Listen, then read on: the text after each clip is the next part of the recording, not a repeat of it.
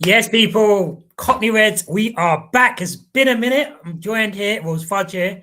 I'm joined by JDM as always. And Yes. real quick, actually, we've got big aggressive targets this year. We want to get to 500 subscribers by the end of the season as well.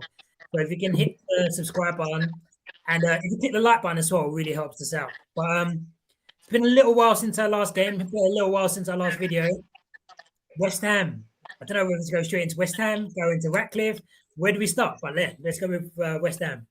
Let's start with the football first, man. Let's start with the football first. I think West Ham, man. Do you know what? It's mad because in the context of the game and watching the game, I'll say a point was a fair result.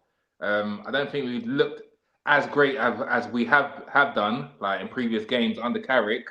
I just don't think we got started, man. We never really got started in that game, man.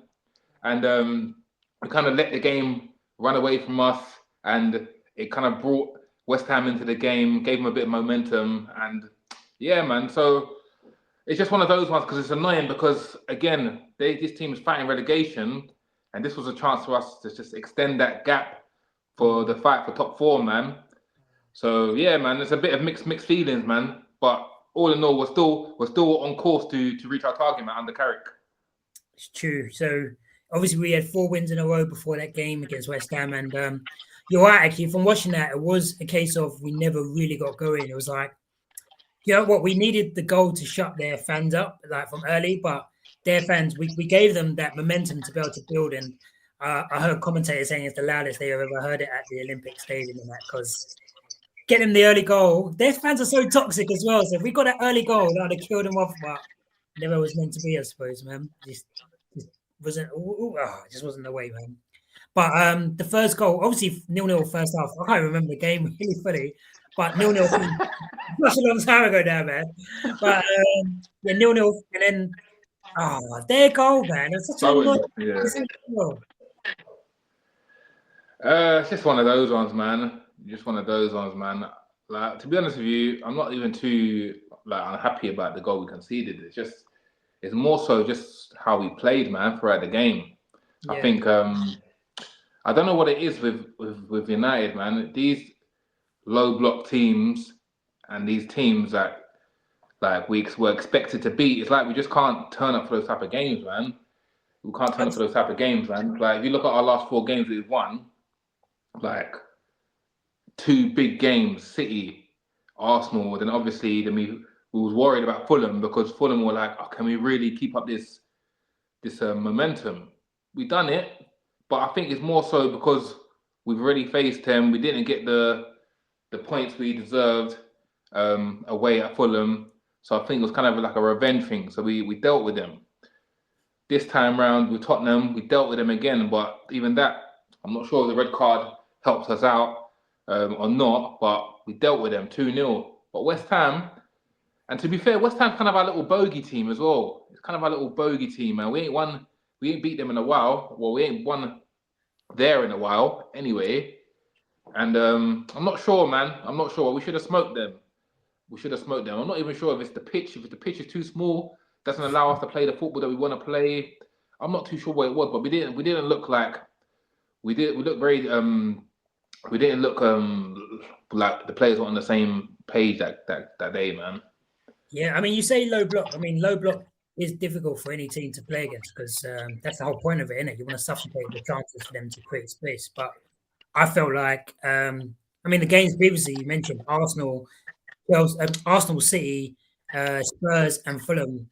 Both of them kind of gave us the opportunity to be able to play with some space. Like they came out and attacked us a bit, whereas with West Ham they kind of tucked in, they defended quite deep, and we didn't seem to have the answers. And when you have that, you kind of need your players who are good one on one to like have a good game. And Ahmad wasn't really doing it. We didn't have anyone in the box really to cross But you to. know what?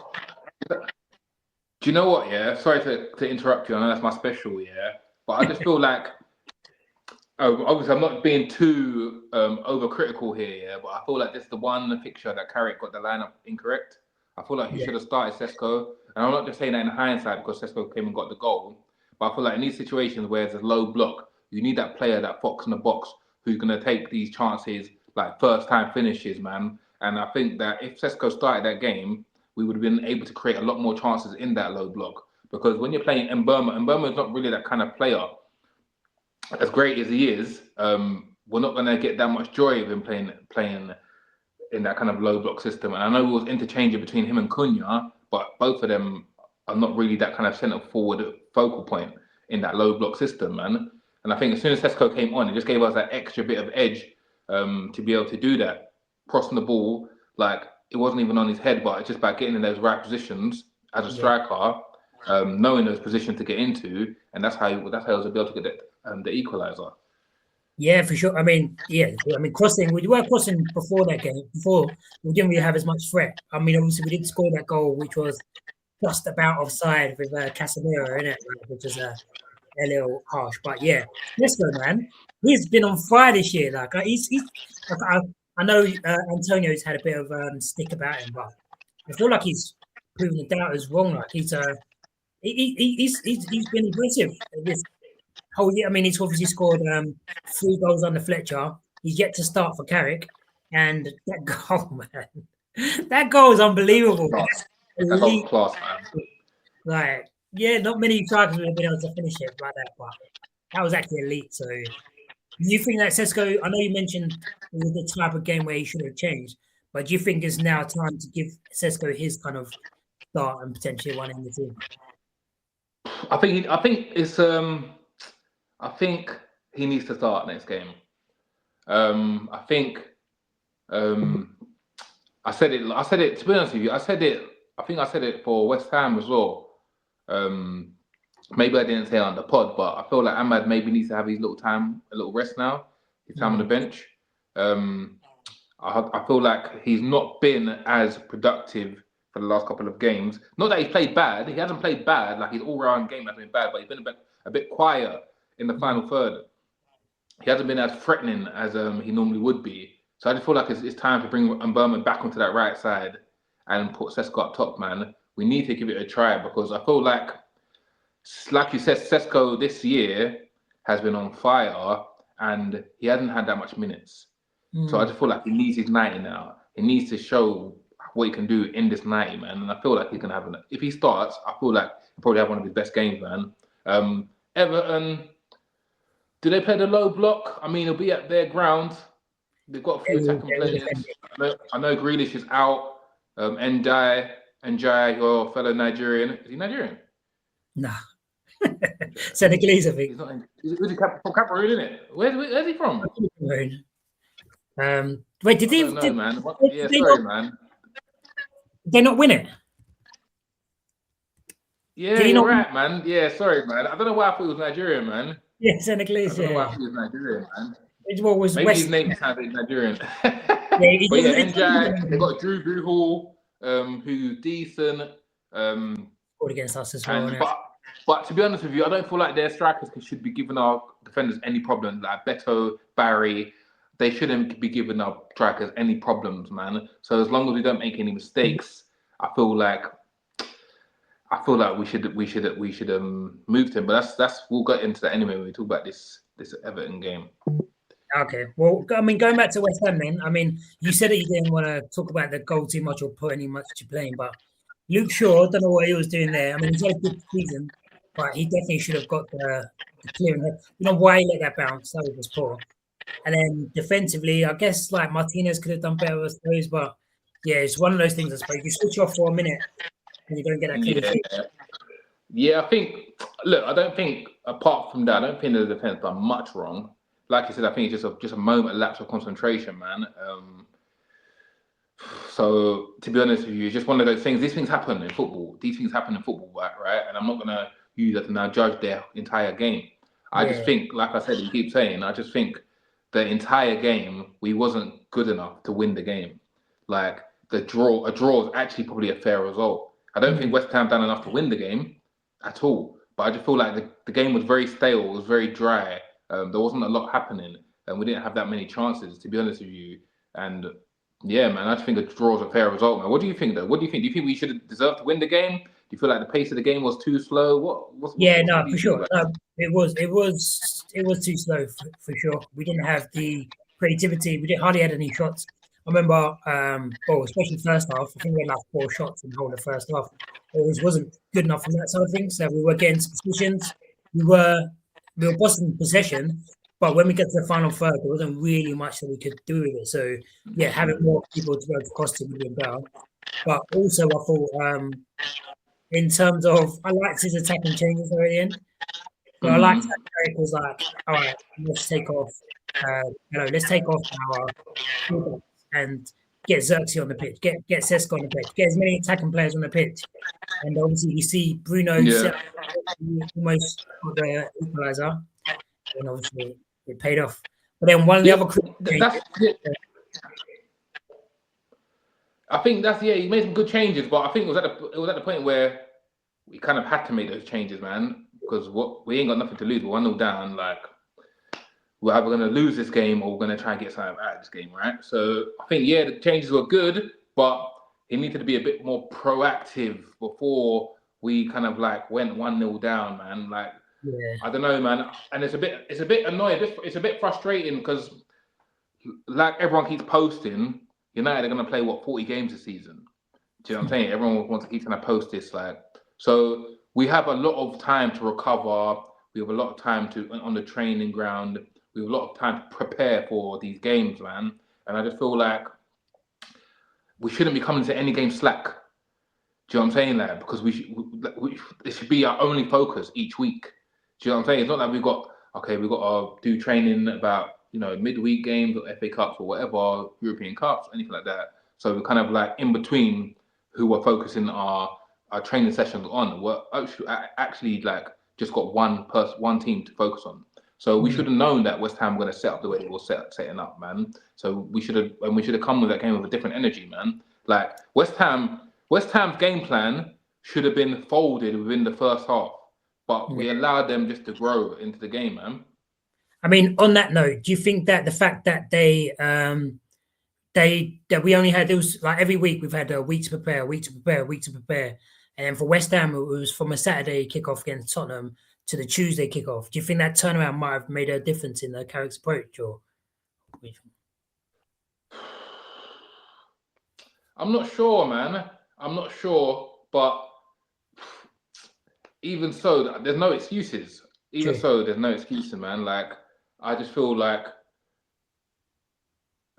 Carrick and the backroom staff, like I said, we've got one opponent a week.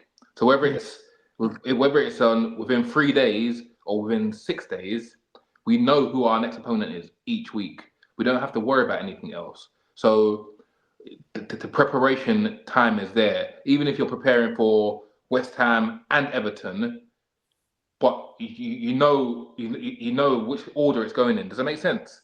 So even if like you think, okay, I've got to prepare for Tottenham, and then it's a quick turnaround West Ham, Carrick should already have a plan. Carrick should already know what's next and what he needs to do. So I don't know, and maybe he done that. I'm not saying he didn't. Maybe he done that, but it just wasn't. It didn't just show on the pitch. But that's where the players then have to step up. We shouldn't think that now that we've won 4 in a row that we're back to the glory days. We need to, because this season, in all honesty, this season, as much as we're still aiming for top 4, in my eyes, it's still kind of a write-off season, if that makes sense. Because for me, it's like we've flopped this season, so now let's try to do everything we can to rectify the season now. So next season we can go again. That's how I see it. We have to rectify the season. The only way we do that is by coming top 4. That's why I see, because we're out of the Carling Cup, we're out of the FA Cup. Obviously, we're not in the race for the title. We're not in any European football. So it's like, let's not fumble our last chance here to save our season. So, I mean, at the start of the season, we were talking about Europe. I know you put your sights a bit higher, but people were saying, because of the fact of where we finished last season, that finishing in the top 7 or just finishing in Europe would have been good enough. Do you feel like now we've had that run under Carrick as well, that it's probably now top 4 for Champions League? Yeah, maybe for the majority of the United fans, but like you said, I've never thought that we should be coming below Champions League spots, especially with the signings that we made, man. Like, where we finished last season was not a reflection on how good our team is. It wasn't. I'm sorry. It was, for me anyway, it was basically our gaffer getting a lot of toxic players out of our club. That was his main focus. Last season was a proper write-off season.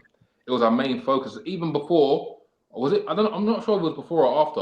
I think it was before. Amarim himself said, and I know people might get onto me about this because people don't really rate what Amarim says anyway. But even he said he doesn't believe it's a good thing for United to get Champions League next season. That's what he said. And obviously, you know what I'm saying? And we went and lost the final. We were dealing with so many toxic players last season. And I feel like going into this season with our fresh attack, with Cunha, with Mbermo, coming off great seasons, individual seasons, and then signing one of the best young talents in Sesko, I was very, very excited for this season, man. And I think people might have underrated us. Even when Amarim got sacked, people forget that we were 6th and we weren't that far away from top 4. Like, so Amarim didn't get sacked for the results. He got sacked for purely because of his attitude, his arrogance, and his personal character to be stubborn. So, because you got to remember, under Amarim we beat Liverpool, we beat Chelsea. Do you understand? Like, we went to Anfield and won. Like, do you know what I'm saying? Like, we beat Newcastle when we had all our players at AFCON. I know it was only 1-0, but like it was Amarim who put Dorgu further forward. This was Amarim who done all these things. But I know people don't want to mention that. Do you understand it? And obviously, Carrick might be taking us to the next level. Obviously, it's still too early to say. But it was Amarim who put those exactly foundations in place, like. So yeah, man. So I'm not shocked where we are. And people got to understand that Amarim's also sacked because people are not shocked where we are, where we should be. Because if we were supposed to be top 8, people would be happy with where he was and what he was doing. But it wasn't, because they know we have to do more. We can do more. Hear that. Another player, I mean, you didn't mention it in the signings, but Lamens, do you feel like he's been an important signing? Like, I mean, it just he hasn't done anything. It's not like he's been excellent, but it's just like he's just done the basics right, which has been something we seem to do. You know what? I actually believe that Lamens is still yet to be as good as he can be. Yeah. I think, like you said, he's come in. He hasn't put a foot wrong, hardly, and but it's just a breath of fresh air to have an actual keeper in the sticks. No, honestly, because it got to the point where I actually believed that Onana was not a keeper. Like, no, honestly, some of the things he was doing, it just didn't make sense. Like, I thought allegedly, maybe match fixing, allegedly. Like, I thought maybe like he got his paycheck from United and started eating too much banquet and fried yam. I don't know, because he was moving heavy. He was moving heavy, man. Like, he couldn't get down. And the thing is, do you know what's so funny, Fudge? In real time, watching Onana play for us, I knew how bad he was. But when I look back at it now, I can't believe it. When I look back at it now, I can't believe it. I can't believe how long he was in the sticks for United. I can't believe it. You know what's funny? He's probably one of the worst keepers that United have ever had in the sticks. And we've had some bad keepers, you know. Like, we've had some bad keepers, but I think he's the worst that's ever played for United. I was there for his very first game at Old Trafford. So it was a friendly, and my missus bought me a ticket for birthday. Like, it was actually her first time going and watching a football match. And he was like, what's wrong with this keeper? And go, he really got looked at for the halfway line or something like that. Like, it was like what's wrong with this guy? He needs to focus on playing the goal. Like, what's he doing up here? The guy is a clown, man. Yeah. And the thing is, we brought him in, because he can play from the back and all this stuff here. But that was his worst trait. That's why we got in the most trouble, because he was just, man. And the worst thing is he's still under contract for United, man. We need to get him gone, man. We need to get him gone. Last thing I'm going to touch on the West Ham game, though, I think he deserves a mention, is Lenny Yoro. Obviously, he hasn't really had much game time. Carrick put him up against Maguire, largely because obviously we went all-out attack. So we knew that there was going to be loads of space, and we needed someone that's going to be able to track the space, which Maguire wasn't really the guy to do that. Yeah, but I mean, how good was that performance from Lenny Yoro? I think there was a few times where they had opportunities to break, and he was just positionally spot on. Do you know what? Yeah, he had obviously came on. He had a class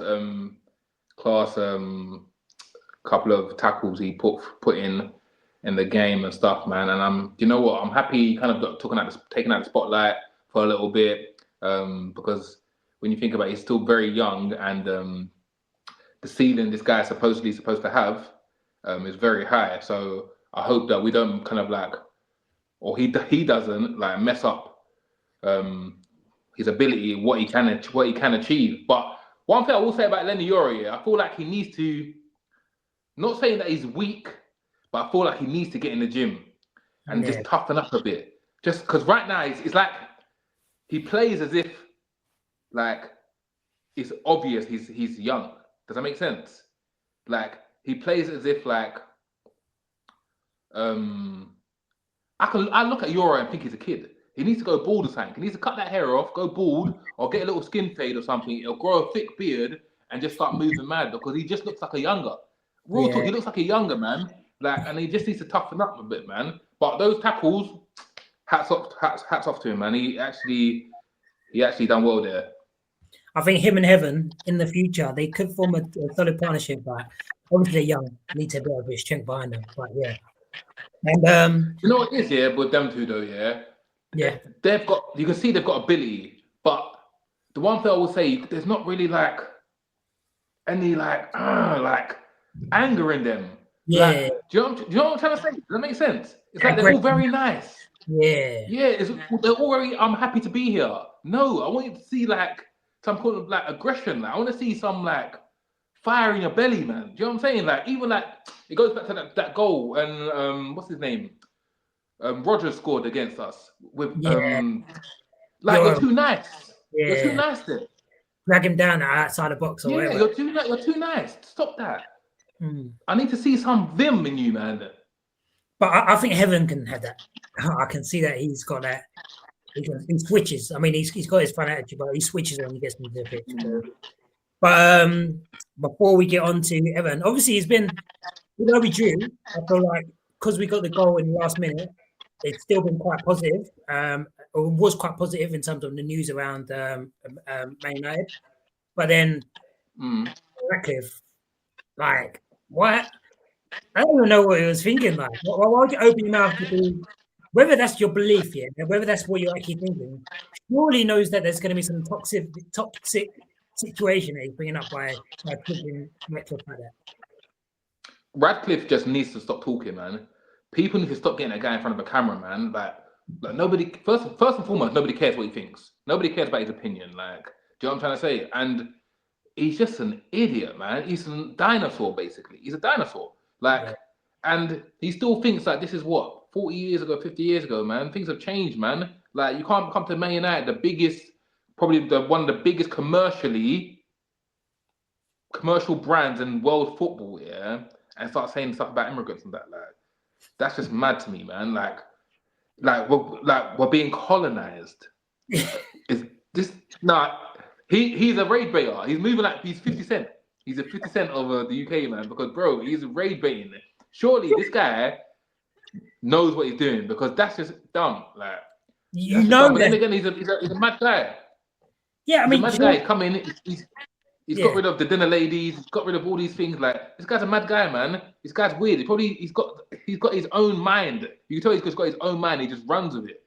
Yeah, I mean, all that money, but you see how Man United, we even put a statement out saying how much we're supportive of inclusive atmosphere and stuff like that.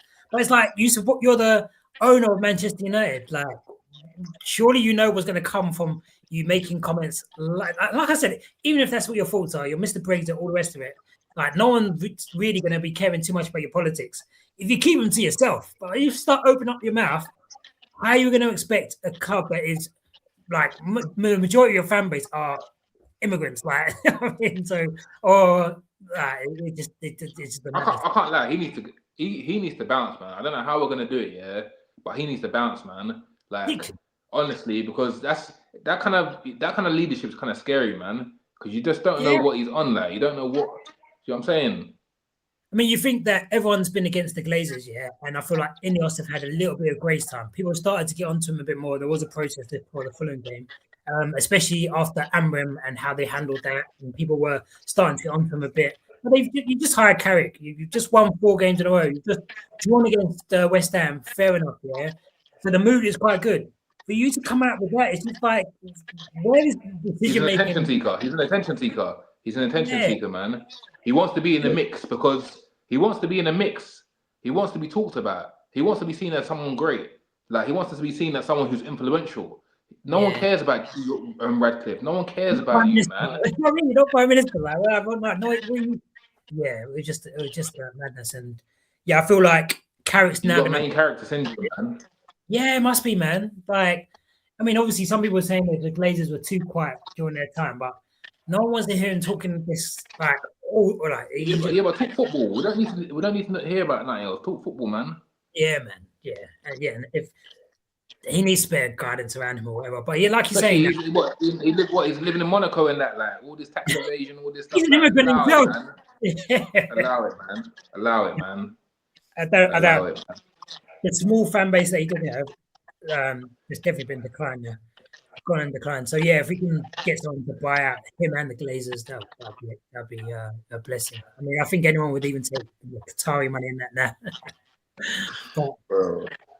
but Everton. We'll touch on that quickly. Obviously, we've got Everton on Monday game. I mean, you mentioned a couple of their players in terms of Dewsbury Hall and Dyer. I mean, do you feel like the biggest issue is going to be us trying to break down a solid defence, or what are you thinking? To be honest with you, Everton haven't been great this year. I think they've won 1 game this year in the Prem. I think they've won once. I think, 2026, you mean? Yeah, 2026. I think they've won once, and that was against Fulham away, and they've pretty much drawn and lost every other game. Out of 6 games, they've won once. So Jack Grealish is out as well. Like I said before, I'm not worried about their strikers, Beto or Barry. Njai is a bright player, don't get me wrong, but even him, he's been quiet ever since he returned from AFCON. I know he scored the other week, but it was a penalty, so it wasn't like he was from open play or something like that. But man, so I'm not too worried. I know their defence, they've got a pretty decent defence in Tarkowski. I'm not sure if Branthwaite is back yet. I think maybe he made an appearance last week, but even that, I'm not. We should get them. The only problem is if they play the low block. That's my problem, man. Yeah. But I'm not sure. Man. But I don't think we should have any issues with them. Man. It should be a routine victory, man. If we play to our strengths, man, because they're at the moment they're not good enough. They've got Garner, our old boy, in the midfield.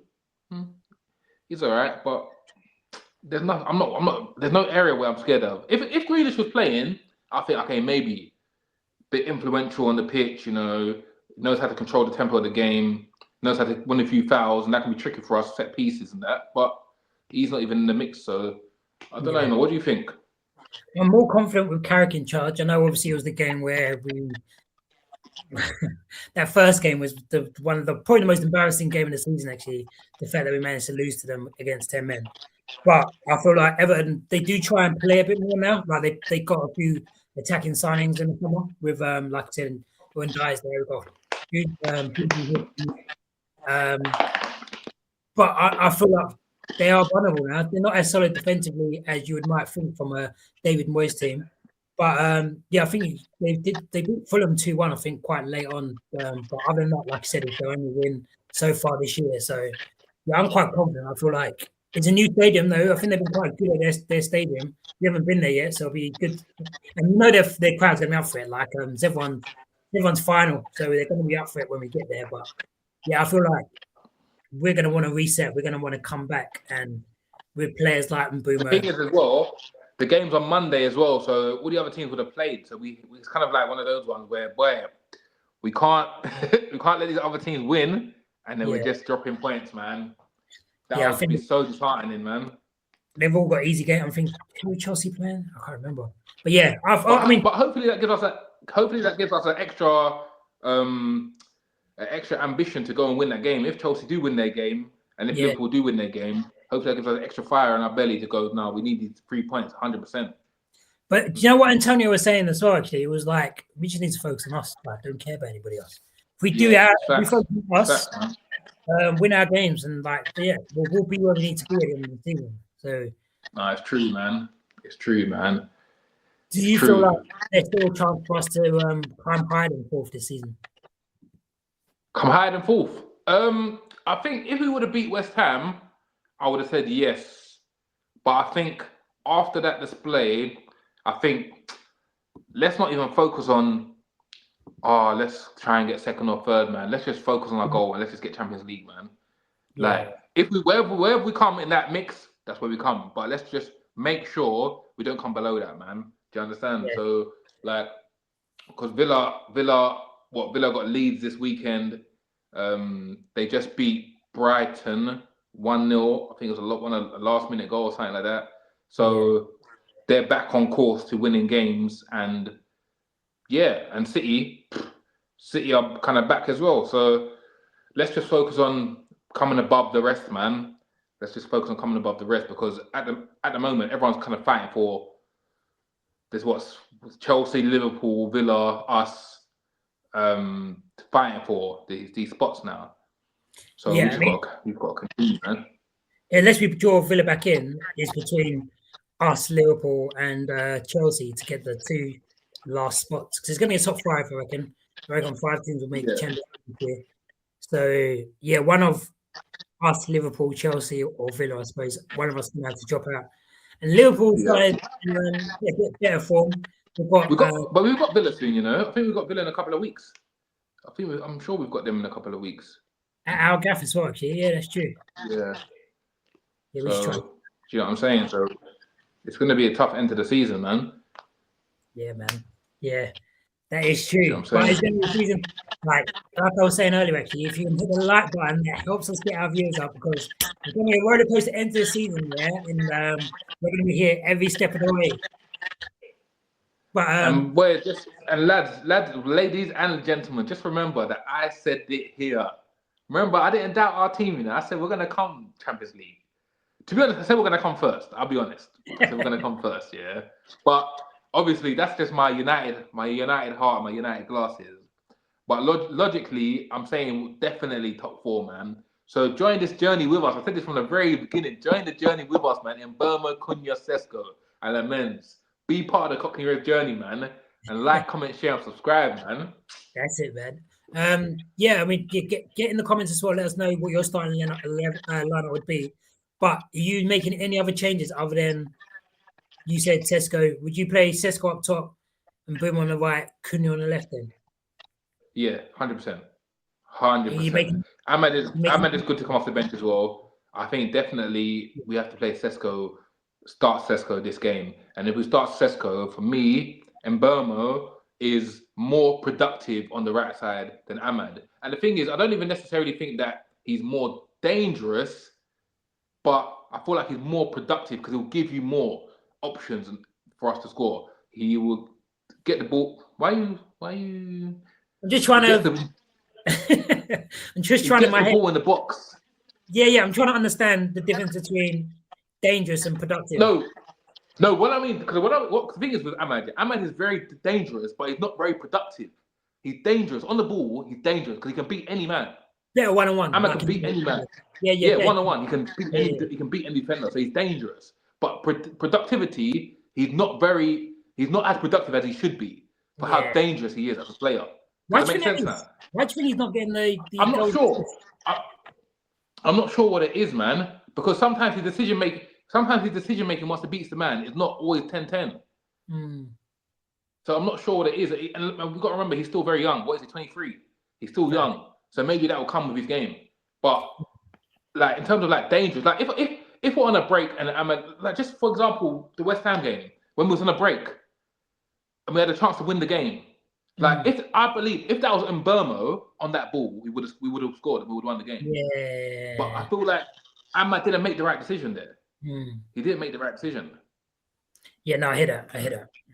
But yeah, Ahmad, like I rate him highly, but he's like there's more to his game. But like you were saying, in terms of not just his age, he's a bit inexperienced. Like last season was his first real breakthrough season, so he's only really like in his second season. So hopefully, with a bit more game experience, you'll see him kick on as well. Yeah, no, for sure, man. For sure, man. But yeah, man, don't want to keep this video too long, so we're gonna get our prediction videos in soon. But okay, not for clickbait or anything, but Arsenal slip up this weekend. Any chance if he gets to if Arsenal slip up this weekend, can we win the league? Yeah.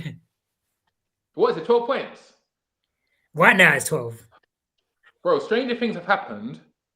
But the only thing I would say is I don't believe that Arsenal are going to win the league anyway. I actually honestly feel like Man City are going to claw it back and win it. So it's not about if Arsenal are going to drop points, because I think they are going to drop points. But are Man City going to drop points also? Because you remember, we're not just going to, if we got to win the league, we ain't just got to catch Arsenal. We've got to catch City as well. So I think it's possible. It's truly possible. But games like West Ham make it impossible. Do you understand that? That's the. Do you feel like we need to win every single game? Sorry? Do you feel like we're going to need to win every game? If we have to win the league, of course. Yeah. We can't drop one more point. We have to win every single game. Wow. Like every single game. We're not winning every game. We need to win every single game to win the league. We've got Chelsea away, Liverpool at home. Those are probably the toughest games. But then I guess even games like this one coming up, it can be tough. Everton away. This game, no, listen. Every single game is as tough as the next, man. From now to the end of the season, every single game is as tough as the next, man. Even like the stuff like Liverpool games and Chelsea games, them games might even be easier because those teams have to win as well. They have to go for it. So we can go band for band. Do you understand that? But these other teams, they can just turn up for 90 minutes, get through the game, get their point or whatever, and move on. Because they ain't aiming for much. Yeah. Their goal is just not to get embarrassed or played off the park. If they win, it's a bonus, honestly. Yeah. Okay. All right. Well, we've got some good things. Oh, yeah. One only thing I'll touch on, actually, was you mentioned to Remy, who's going to get more points out of Arteta and Carrick. And keeping scores, it's 13 to Carrick, 8 to Arteta. So 5-0 up in a minute. Bro, JDM knows ball, but no one wants to admit it. JDM knows ball. Do you understand that? Trust me, man. Trust me when I tell you, man. I know I'm a pretty face, but I'm just not that. I'm a baller. I'm a baller too, man. So yeah, man. You get me, and you know what? Obviously, you've heard it here first because Wolves are playing Arsenal tomorrow night, yeah. And remember, I said Wolves are playing Arsenal. The reason I said Wolves are playing Arsenal because Wolves are gonna beat Arsenal tomorrow. And remember, you heard it here first, JDM. You think I talk nonsense, yeah? But you heard it here first. Oh, imagine that. That's definitely. I'll clip that up and I'll send that to all the groups in the handles. But I guess we'll leave it at that. And we'll be back for the prediction videos. And we'll be back for a live review at the end. Or actually, probably not live. It's going to be late on a Monday night. But we'll be back with a review after the Everton game as well. But anything else that you want to share before we wrap it up? Just again, like, comment, share, subscribe. We need 500 subscribers, man. We're not asking for much. You know, these other pods have got 1,000, 2,000, 100,000. We're asking for 500, man. Weekly content, man. And just join us on our journey because you know what? Next season, we're moving mad. Next season, we're actually moving mad, man. To be one of the first to be part of our journey, man. Come on. Well said. All right. Other than that, what I've got left to say is, come on, United. Come on, United.